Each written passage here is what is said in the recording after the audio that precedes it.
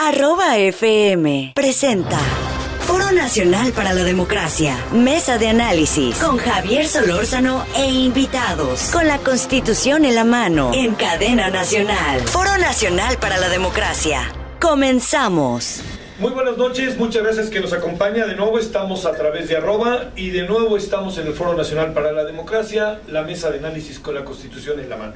Este es ya nuestro tercer programa. El primer programa hablamos sobre la Constitución como tal, el marco del Estado de Derecho. El segundo programa lo hicimos sobre el Instituto Nacional Electoral y el día de hoy lo vamos a hacer sobre los independientes. ¿Qué tan importantes son en muchos sentidos? Pueden acabar definiendo una elección o no, por si sube. ¿Qué es ser independiente cuando algunos no lo son como tal? Porque vienen de partidos políticos en donde no les fue bien o no los quisieron. Entonces, el tema es y yo le quiero agradecer a José Antonio Crespo. Él es analista político, profesor, investigador del Centro de Investigación y Docencia Económico, columnista del periódico El Universal. José Antonio, muchas gracias. ¿Qué tal? Hola. Gracias.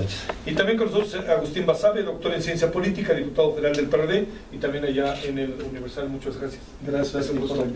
Y también con nosotros Pedro Esteban Penagos, magistrado. Es un gusto, querido Pedro, tener la oportunidad de que estés aquí. Javier, muy amable por invitar a tu programa. Bueno, ¿qué te parece si empezamos contigo? Luego. A ver, echemos, si te parece, como primera pregunta, ¿qué son los independientes o esto que se usa mucho ahora? ¿De qué hablamos cuando se habla de independientes? Javier, primero debo mencionarte que es un honor compartir esta mesa de análisis con dos mexicanos distinguidos. Doctor José Antonio Crespo, historiador, investigador, autor de tantos libros. El doctor Agustín Basabe, que además es político, diplomático. Ambos son personas sumamente distinguidas para México y la verdad es, para mí es un honor estar con ellos. Para entender para mí lo que son los candidatos independientes, yo recurro a la historia.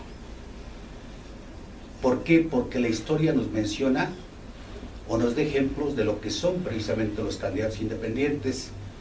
El primer candidato independiente está inmortalizado en un mural de Diego Rivera. Ese mural se llama Sueño de un atardecer dominical en la Alameda Central. Está inmortalizado en eso. Fue don Nicolás Zúñiga y Quirós, una persona que fue candidato durante 8 elecciones presidenciales, 4 estando don Porfirio Díaz y después en el 10, 17, 20, 24. Lo importante de este pasaje histórico es mencionarte que don Nicolás Zúñiga y Quirós entendió una cuestión, que el candidato independiente es además o fundamentalmente candidato ciudadano, porque si no hay apoyo ciudadano, no hay candidatura. Se le llama candidato independiente para decir, no es candidato que no pertenece a un partido político, pero su base es la ciudadanía. Cuando don Nicolás Zúñiga y Quirós entendió este problema, creó un club político nacional, que era su apoyo, y además creó un periódico que se llamó El Mexicano.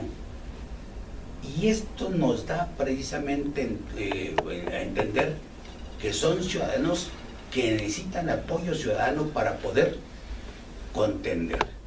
Después tuvimos la experiencia de José Vasconcelos en el 29, en el 34 Villarreal, en el 40 Almazán, y Almazán hace que se cierre la puerta de los candidatos independientes en aquella época. ¿Por qué? Porque fue muy discutida esa elección con don Manuel Ávila Camacho. Esto para mí es muy importante.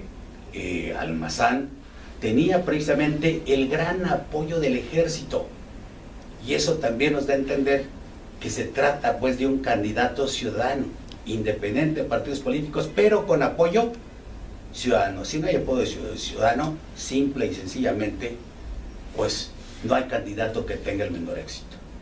Con esto creo que abrimos. Echamos a andar la pelota. Echamos a andar la pelota. Sale. Agustín, bajo esta mirada histórica, bajo lo que hoy está pasando, que hay una, pues no sé si la palabra sea proliferación, pero hay una buena cantidad de candidatos independientes. No estoy pensando solo en el tema presidencial. ¿Ayuda o no ayuda a la democracia el candidato independiente? Sí ayuda, por supuesto, porque es un mecanismo correctivo de los excesos de la partidocracia. A ver, pero primero, Sí. situándonos en el contexto histórico, no se puede entender la candidatura independiente hoy sin la crisis de los partidos políticos. Es decir, si no hubiese ese desprestigio tan grande que tienen los partidos, nadie estaría pensando en la idea de apoyar un candidato ciudadano. Se pensaría en candidatos dentro de los partidos diferentes, por supuesto, primero alguna inclinación ideológica hacia alguno de ellos y después dentro de ellos pues alguna preferencia personal. Pero dado que viene este desprestigio de muchos años para acá, fíjate, se nos olvida el primero que habló de cómo los partidos políticos tienden a encerrarse en sus propias burocracias y a generar sus propias oligarquías fue Robert Michels a principios del siglo XX, a principios del siglo pasado. Ya después, en 1992, el ensayo aquel de Katz y Meyer sobre los partidos cartel y todo lo que se ha generado a raíz de eso. Pero hoy por hoy los candidatos independientes tienen sentido en ese contexto de esa crisis de la partidocracia. La gente no cree en los partidos, la gente está en buena medida harta de los partidos políticos y busca opciones distintas. Yo me iría más atrás en la historia, digo, porque en el siglo XIX no había partidos como los conocemos ahora, había grandes corrientes, digamos, el Partido Liberal, que así se le llamaba, pues no era un partido organizado, estructurado, eran corrientes de ideologías o de opinión, que eran nebulosas en términos de su organización, nada más se agrupaban por amistades, por afinidades políticas, etcétera. Pero a lo mejor podríamos pensar pues que ya en el siglo XIX hubo muchos candidatos independientes. Dentro de esas dos nebulosas que eran el Partido Liberal y el Partido Conservador, había otro, por ejemplo, como Monfort también parece un candidato independiente, en ese sentido, pues era un intermedio, digamos, ¿no? Pero bueno, es un contexto muy distinto el de hoy. El de hoy es el de la crisis de la democracia representativa, más allá de la de los partidos. La crisis de la democracia representativa en el mundo entero. Los representantes no me representan a mi ciudadano y por lo tanto, porque los partidos son esas estructuras intermediarias entre el ciudadano y el poder, pues ya no los quiero, porque ellos son los que han desvirtuado la representación. Y por eso quiero candidatos independientes. Digo que es muy buena, es un mecanismo correctivo, yo lo apoyé en su momento y lo sigo apoyando, me parece que es muy saludable para la democracia que haya candidatos independientes, pero no para sustituir a los partidos políticos. No hay democracia sin partidos políticos, no, al menos no se ha inventado una democracia que funcione sin partidos políticos. Y son mecanismos correctivos porque cuando los partidos, como se viene diciendo desde la ley de hierro de las oligarquías hasta la fecha con los partidos cartel, se desvían, exceden en su desvinculación de la sociedad, pues entonces les tienes que apretar las tuercas.